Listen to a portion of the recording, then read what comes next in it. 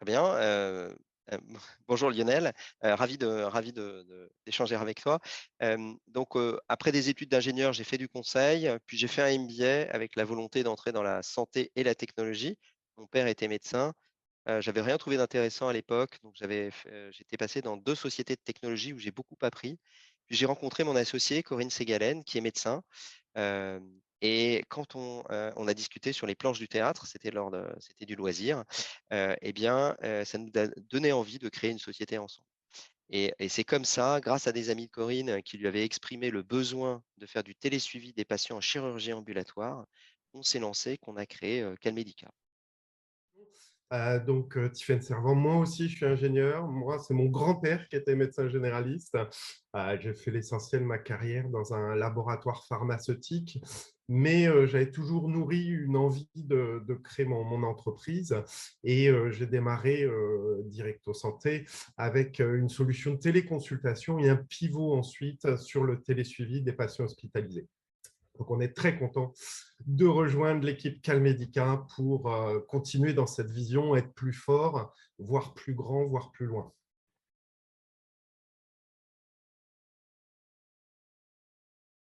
Avec la Covid, tout ce qui est télé, en effet, quelque chose, a explosé. C'est-à-dire qu'avant la Covid, c'était perçu comme une menace. Les personnes avaient peur qu'on prenne leur job. Après la Covid, ça a été vu comme une formidable opportunité, c'est-à-dire éviter, de gâcher des ressources médicales rares, par des actions, par des on va dire des tâches, on va dire, qui peuvent être réalisées par des systèmes automatiques. Donc le télésuivi, ça consiste à s'assurer qu'un patient ambulatoire, donc chez lui, est en bonne santé.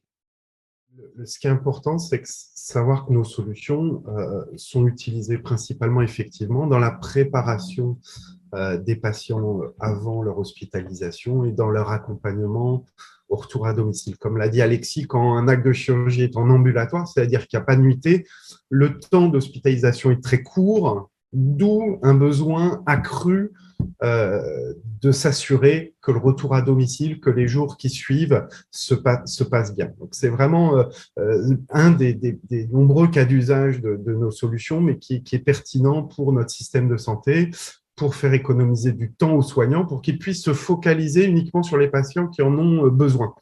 Et donc, finalement, c'est quelque part un petit peu déjà la télésurveillance. C'est désormais un acte qui est entériné et je trouve que c'est une super avancée pour notre système de santé. Non pas réfléchir toujours acte ponctuel, présentiel, mais réfléchir un petit peu plus long terme. Un épisode de télésurveillance s'étend sur plusieurs jours, plusieurs semaines, voire plusieurs mois. Déjà, nos solutions font un petit peu ce recueil de données médicales auprès des patients pour les remonter aux soignants de manière à ce qu'ils puissent adapter son traitement, interagir avec le patient, proposer une visite de suivi ou tout simplement rassurer le patient. Donc, on le fait déjà finalement quelque part dans les faits et on souhaite maintenant s'engager dans la télésurveillance dans un épisode qui est potentiellement remboursé par l'assurance maladie.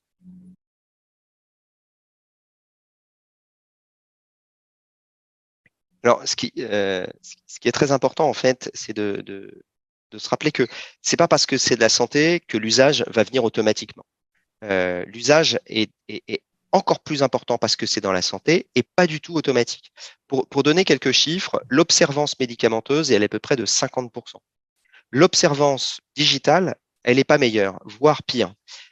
Si on prend une application mobile, par exemple, pour faire du télésuivi, on a un taux d'observance qui oscille entre 20 et 30%, donc extrêmement faible.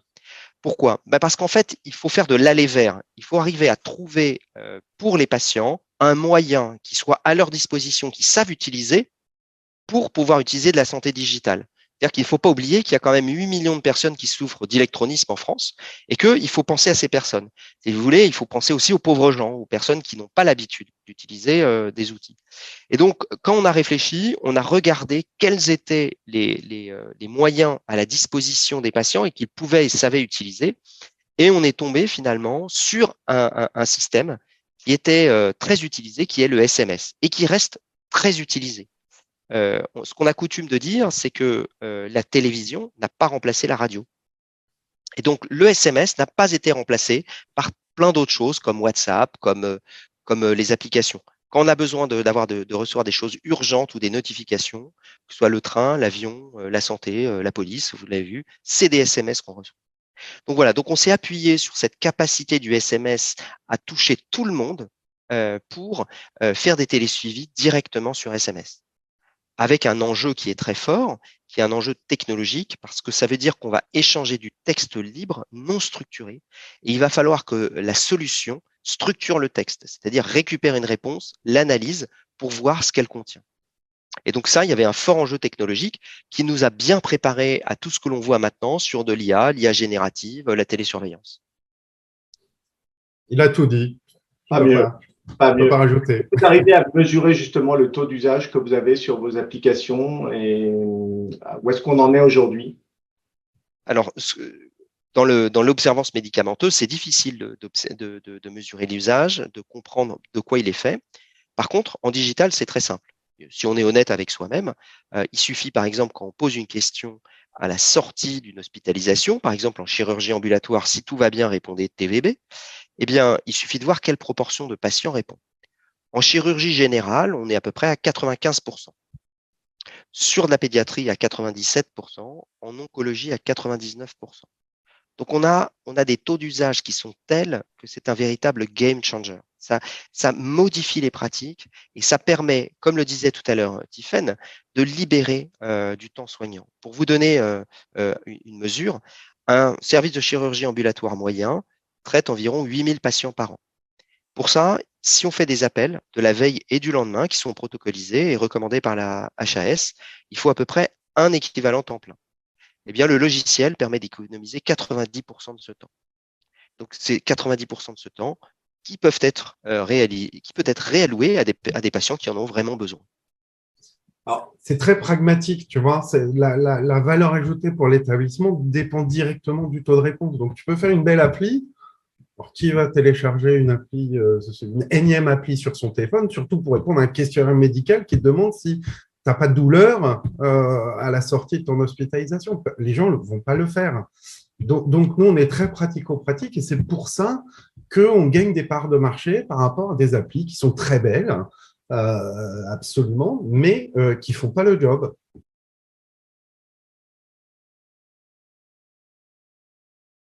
Alors, on a suivi jusqu'à présent 20 millions de patients. On en suit à peu près 5000 tous les jours. Ça fluctue en fonction des… Voilà, en août, on en suit beaucoup moins qu'en septembre.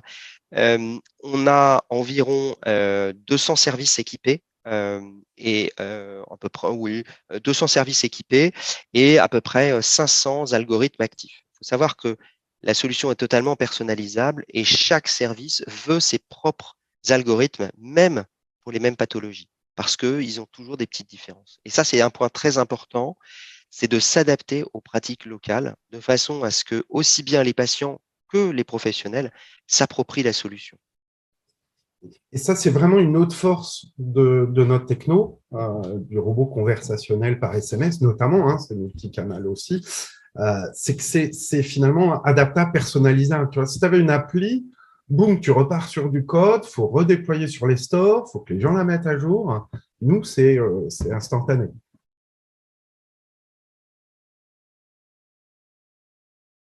Ça a été d'abord une démarche de Directo Santé, d'aller voir Alexis, de se boire un verre en terrasse, parce qu'on se côtoie, on s'apprécie. Il y a toujours eu beaucoup de respect entre les équipes, malgré évidemment des petits moments de compétition parfois.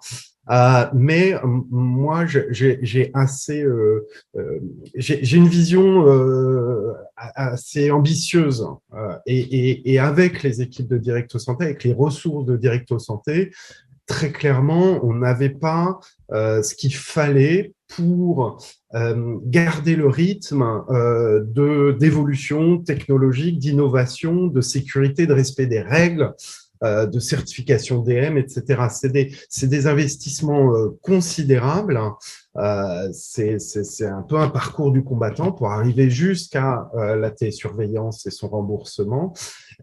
Et je savais que c'était ça qui allait être l'opportunité majeure dans notre marché, convertir un coût, puisque l'abonnement à nos solutions, elles ont un coût, le convertir plutôt en source de revenus pour les hôpitaux et les soignants. Donc, il fallait qu'on se rapproche de quelqu'un.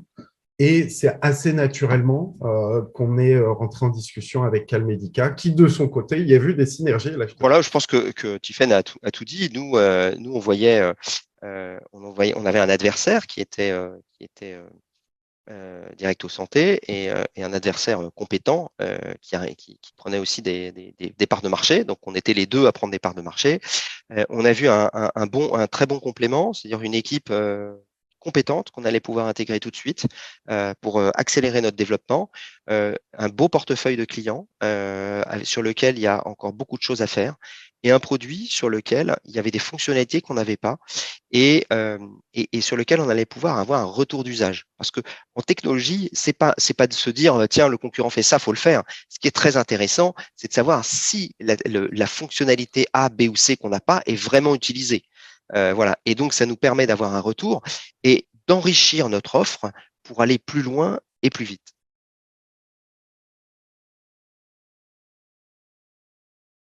Alors, c'est pas confidentiel, donc on va en effet déposer comment dire, on a engagé depuis 2 ans le processus de certification, notamment, comme tu le disais, la MDR, donc le dispositif médical 2A, dont le principal déterminant en termes de temporalité était la disponibilité d'un organisme notifié. Parce qu'il y a eu un changement des règles pour les ON et pour les sociétés. Donc, ça veut dire qu'on s'est retrouvé avec une nouvelle norme, tout le monde doit la repasser et il n'y a plus de certificateurs. Donc, ça avait allongé énormément les délais. Et c'était ça qui nous posait, on va dire, qui nous a fait attendre. Nous, on pense que la réglementation, c'est important. C'est important parce que ça permet d'éviter qu'on ait des cow-boys qui arrivent et qui fassent n'importe quoi et qui dégradent l'image du digital et de ce qu'on peut faire en e-santé. En termes de pathologie, pour répondre à ta question, euh, on est agnostique. En fait, nous, on adresse une problématique qui est de faire du télésuivi de patients, de la télésurveillance. On n'a pas de pathologie qu'on veut exclure, à condition qu'on puisse utiliser des technologies qui soient accessibles à tous. Si ce sont des télésuivis très complexes avec des machines, on va dire des machines spécifiques, c'est pas vers des choses sur lesquelles ce sont pas des choses sur lesquelles on va s'orienter. Et aujourd'hui, nos solutions sont utilisées dans beaucoup d'aires thérapeutiques différentes. Alors évidemment, la chirurgie ambulatoire, chirurgie conventionnelle, la RAC, réhabilitation améliorée après chirurgie, mais également suivi des pathologies chroniques, des MICI, santé mentale, oncologie. Donc tu vois, c'est quand Alexis diagnostique, c'est-à-dire à partir du moment où il y a un besoin médical, on part de ce besoin, on conçoit le protocole et finalement la solution elle est prête parce qu'elle est complètement modulable.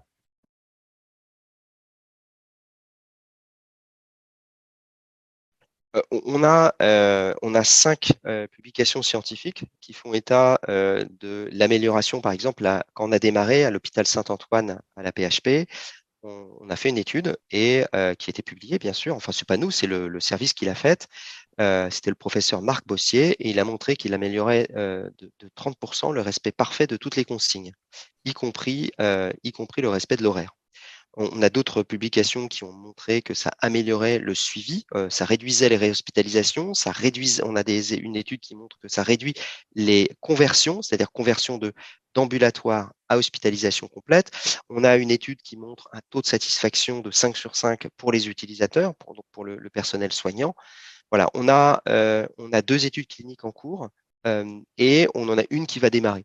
On est toujours à l'affût pour avoir de nouvelles études, pour montrer l'impact et l'efficacité de l'outil et pour montrer qu'on peut faire toujours plus et pour notamment aussi faciliter les études. Parce que on fait du télésuivi, mais on se fait aussi beaucoup de ce qu'on appelle récupération de données en vie réelle, real world evidence, c'est-à-dire récupérer de la donnée sur un produit, sur une pratique qui est en routine et sur lequel on a besoin d'informations des patients pour l'améliorer, pour la mesurer.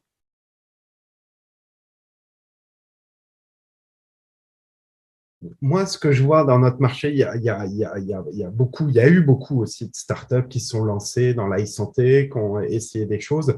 Là, on est à un moment où le marché se consolide.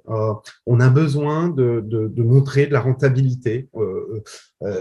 Et voilà, voilà, notre démarche, elle s'inscrit aussi dans ce contexte-là. Les évolutions, les demandes de qualité, les standards de qualité de sécurité continuent de croître en même temps que les opportunités. Donc, ça va laisser que la place pour quelques acteurs qui seront des leaders et qui pourront du coup même se projeter au-delà de la France, parce que la France, on a de la chance quand même, on a un cadre de télémédecine qui s'est clarifié, on a des tas de choses qui se développent, la télésurveillance, quelque part, il y a eu des essais en Allemagne, aux États-Unis, mais de le définir comme ça, de le généraliser, c'est une opportunité pour nos entreprises et c'est un atout pour potentiellement aller au-delà de nos frontières. Voilà, juste pour compléter ce qu'a dit Tiffen, qui est tout à fait complet, c'est de dire que l'occasion de ce rapprochement, c'est aussi de revoir, enfin d'accélérer nos ambitions qui sont européennes à minima. Et une chose qui nous a toujours surprise, c'est de voir que dans aucun pays à l'étranger n'utilise un mode efficace de télésuivi. Ils sont restés sur ce qui paraissait être une bonne idée, c'est-à-dire transformer un questionnaire papier ou téléphonique en formulaire sur Internet avec des taux de réponse extrêmement faibles. Et ça, ils l'ont fait parce que le SMS apparaît comme une vieille technologie, comme quelque chose d'ancien. Or, on sait que si on veut toucher tout le monde, il faut pas, on va pas maintenant se mettre à utiliser une enceinte connectée, par exemple. On va utiliser des technologies qui sont installées depuis un certain temps et qui sont très efficaces. Donc, on pense qu'on a beaucoup à apporter sur un certain nombre de marchés européens avec cette technologie, avec surtout notre approche qui est de faire de la santé pour tous. Bon, ben, ça sera le mot de la fin et c'est tout le mal que je souhaite à tous les deux dans cette nouvelle entité Calmedica intégrant Direct Santé avec beaucoup de réussite et puis surtout beaucoup de réussite pour vos patients parce que finalement, c'est eux qui bénéficient de vos solutions au final avec les soignants aussi à qui ça fait gagner du temps et c'est important. Et donc, merci à tous les deux de s'être prêtés au jeu de cette interview et puis bonne chance pour la suite. Merci Lionel. Merci Lionel, bonne journée.